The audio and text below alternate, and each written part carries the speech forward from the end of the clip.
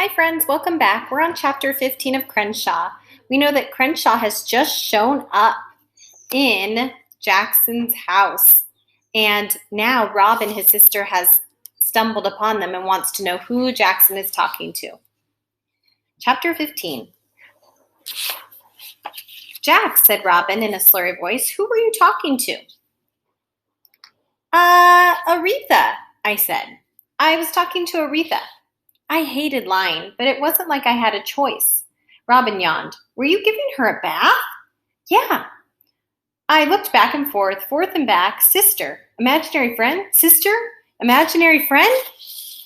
Aretha ran over to nuzzle Robin's hand. Aretha's not wet.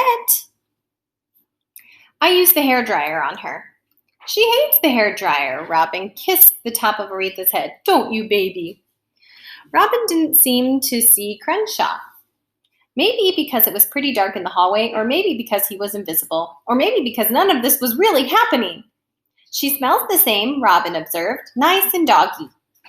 I glanced at Crenshaw. He rolled his eyes. Oh, well, Robin said, yawning, I'm going back to bed. Night, Jax. Love you. Night, Robin, I said. Love you, too. As soon as her bedroom door closed, we retreated to my room. Crenshaw leaped onto my mattress as if he owned it.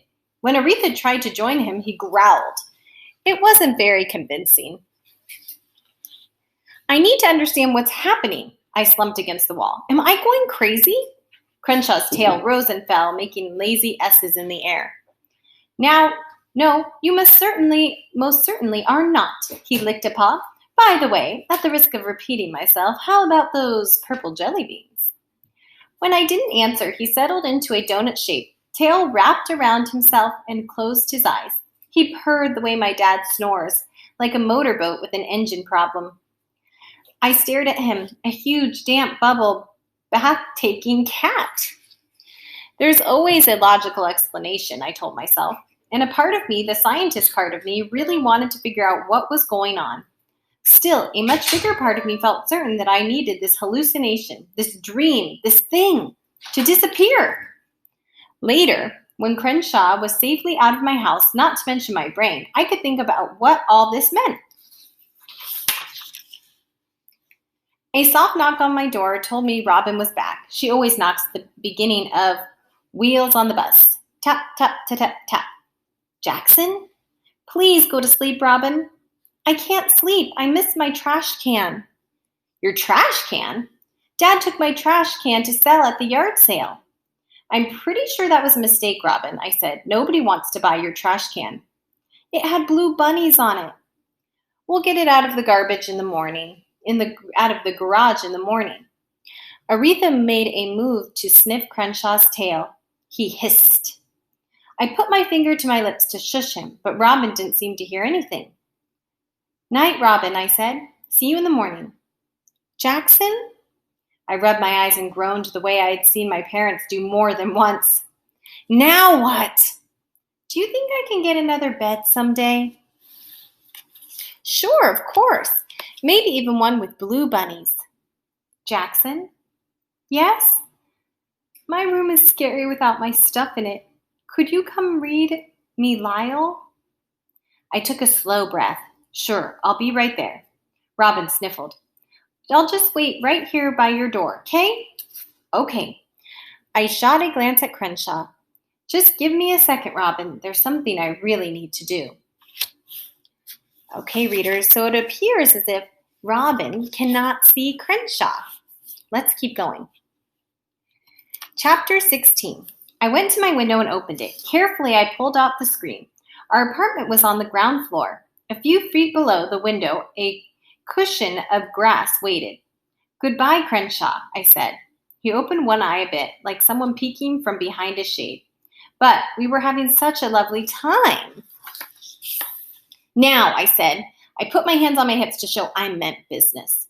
Jackson, be reasonable. I came all this way. You have to go back to wherever you came from. Crenshaw opened his other eye. But you need me here.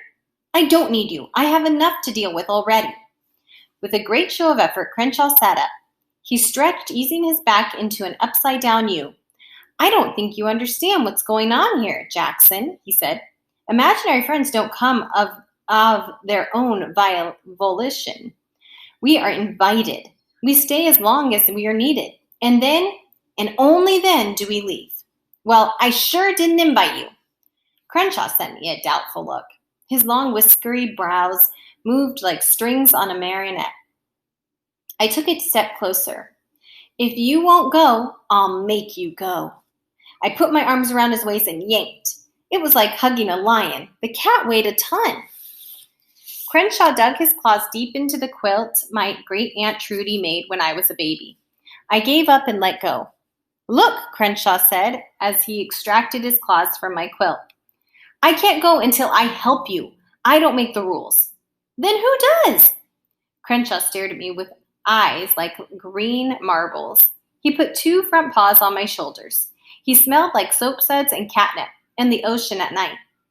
You do, Jackson, he said. You make the rules. A foghorn bleated in the distance. I pointed to the windowsill. I don't need anyone's help, and I sure don't need an imaginary friend, and I'm not a little kid anymore. Balderdash, is this because I hissed at the odorous dog? No. Could we at least wait till morning? There's a chill in the air, and I just took a bubble bath. No. Tap, tap, tap, tap, tap.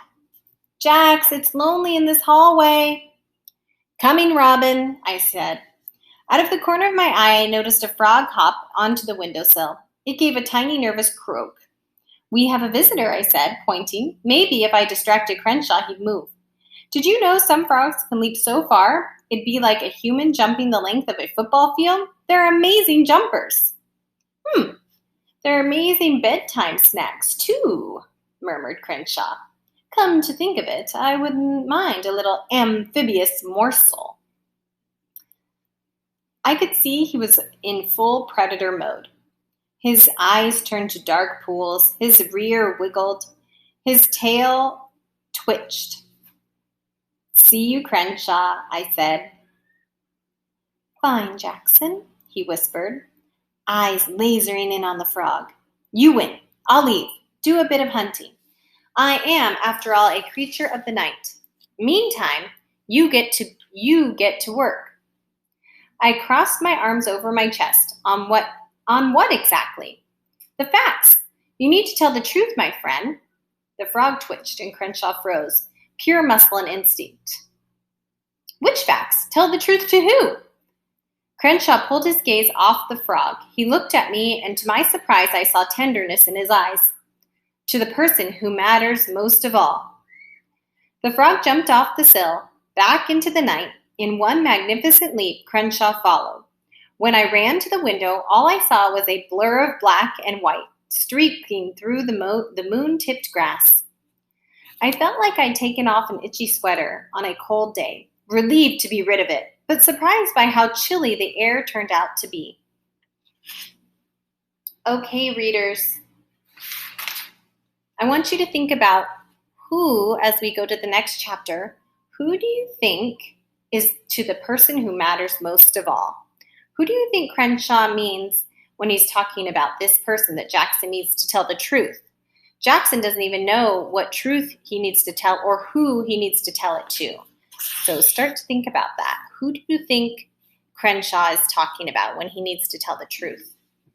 Also very interesting that it seems as if Crenshaw can't leave because Jackson, it appears, still needs help, even if he doesn't know it. Robin was waiting for me in the hallway, sitting crisscross applesauce. Her stuffed armadillo Spot was in her lap. I took her hand and led her back to her bedroom. Her rainbow nightlight painted stripes on the ceiling. I wished I had one in my room, although I'd never admit it. I heard you talking, she said as she crawled under the blanket. Sometimes I talk to myself. That's kind of weird, Robin yawned. Yeah, I said, tucking her in. It is. You promised Lyle, she reminded me. I'd been hoping she'd forgotten. Yep. He's in my keepsakes bag. Remember, friends, we talked about keepsakes? I rummaged around in the brown paper bag. A bald doll poked out of the top, sizing me up with blank and beady eyes. Scooch over, I said.